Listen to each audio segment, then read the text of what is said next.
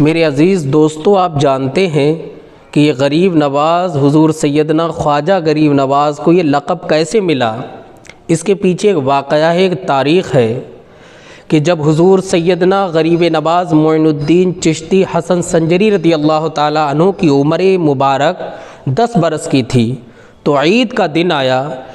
عید کے دن تمام مسلمان بڑا خوش ہوتے ہیں اور وہ عید گاہ میں عید کی نماز ادا کرنے کے لیے جاتے ہیں۔ حضور سیدنا غریب نواز نے اس ماحول کو دیکھا کہ ہر چھوٹا بڑا کالا گورا امیر و غریب تمام ہی لوگ خوش ہیں اور عید گاہ کی طرف نماز پڑھنے کے لیے رواں دواں ہیں۔ حضور سیدنا غریب نواز بھی عید گاہ کی طرف نماز پڑھنے کے لیے جا رہے۔ چونکہ آپ کو اللہ پاک نے دنیاوی اعتبار سے بھی دولت مند بنایا تھا اور آپ دینی اعتبار سے تو اللہ کے ولی ہی تھے، اللہ کے مقرب تھے، تو حضور سیدنا غریب نواز جب اپنے گھر سے نکلے تو آپ کے ساتھ لوگوں کا ہجوم ہو گیا۔ آپ نے دیکھا ہر طرف خوشی ہی خوشی ہے، مسرت ہی مسرت ہے، ہر کوئی خوش ہے اور بڑے اپنے بچوں کے ساتھ عیدگاہ کی طرف جا رہے ہیں۔ آپ چلتے چلے جا رہے ہیں، آپ نے دیکھا کہ سڑک کے کنارے ایک بہت ہی غریب بچہ کھڑا ہوا ہے جس کا لباس پھٹا ہے، ایسا لگ رہا ہے کہ اس نے کھانا بھی نہیں کھایا ہے اور اس کے چہرے سے غم کے آثار دکھائی پڑ رہے ہیں۔ غریب نواز اس کے قریب جاتے ہیں، آپ کا دل بے چین ہو جاتا ہے اور اس سے جا کر کے پوچھتے ہیں، بھائی تو نے اپنے مانگ کو کیوں نہیں کاڑھا؟ تو نے نئے کپڑے کیوں نہیں پہنے؟ تو نے آج کھانا کیوں نہیں کھایا اور تو اتنا افسردہ اور پریشان کیوں ہے؟ تو اس نے غریب نواز سے کہا، اے حسن، اس وقت آپ کو حسن کے نام سے یاد کیا جاتا تھا۔ کہا کہ حسن، غریب جو ہوتا ہے، بے سہارا جو ہوتا ہے، یتیم جو ہوتا ہے، اس کا کوئی پرسان حال نہیں ہوتا ہے، اس کی کوئی خبرگیری کرنے والا نہیں ہوتا ہے۔ جب آج تم نے پوچھا ہے تو سنو، بال ان کے کٹتے ہیں کہ جن کی بہنیں ہوا کرتی ہیں، اچھے لباس وہ پہنتے ہیں کہ جن کی ماں زندہ ہوتی ہے، اور کہا کہ کھانا انہیں ملتا ہے کہ جن کی بہنیں ہوتی ہیں، نہ تو میری ماں ہے، نہ میرا بھائی ہے، نہ میری بہن ہے، میں یتیم بے سہارا مفلس ہوں۔ جب غریب نواز نے اتنا سنا تو آپ بے چین ہو گئے، بے قرار ہو گئے اور آپ نے اللہ رب العزت کی بارگاہ میں وعدہ کیا، مولا میں عید کی خوشی جب تک نہیں مناؤں گا جب تک کہ اسے ماں جیسا پیار، بھائی جیسی شفقت اور باپ جیسا لاڈ نہ عطا کروا دوں۔ غریب نواز نے اسے اپنے ساتھ لیا اور اپنے گھر لے کر کے آ گئے، اپنی والدہ کو سلام کیا۔ والدہ نے کہا کہ بیٹے حسن کیا نماز پڑھائے ہو عید کی؟ تو آپ نے فرمایا، والدہ میں کیسے جاتا، یہ غریب بے سہارا راستے میں رو رہا تھا کھڑا ہوا، میرا دل بے چین اور بے قرار ہو گیا۔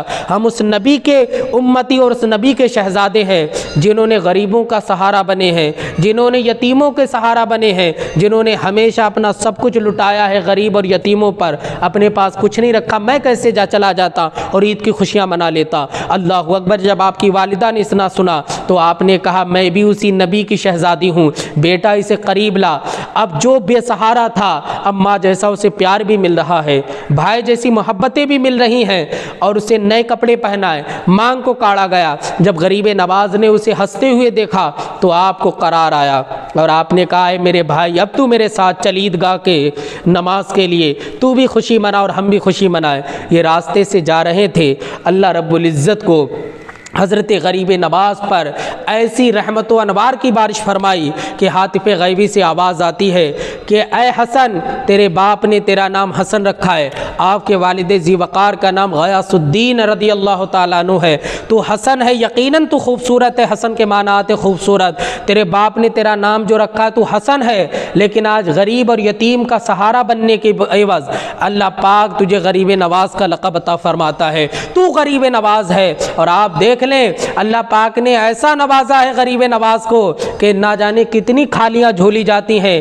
جب اجمیر شریف پہنچتے ہیں آپ کی بارگاہ میں تو اللہ رب العزت غریب نواز کے صدقے میں جھولیاں بھر دیتا ہے۔ کتنے بے سہارا جاتے انہیں سہارا مل جاتا ہے، بے اولاد جاتے غریب نواز کی بارگاہ میں التجا کرتے، غریب نواز اپنے رب سے دعا اٹھا کر کے، جب ہاتھ سے دعا اٹھا کر کے جب دعا کرتے ہیں تو جانتے ہیں کہ بے اولادوں کو اولادیں مل جاتی ہیں۔ یہ حضور سیدنا غریب نواز ہے کہ لاکھوں کروڑوں عاشقان غریب نواز ہر دن آپ کے آستانے پر حاضری دیتے ہیں اور آپ سے مستفیض ہو کر کے جاتے ہیں۔ یہ ایسے غریب نواز بنے ہیں کہ جو اس بارگاہ میں جاتا ہے تو اس کی دامن مراد کو بھر دیا جاتا ہے، اس کی تمام تمنائیں آرزویں پوری کر دی جاتی ہیں۔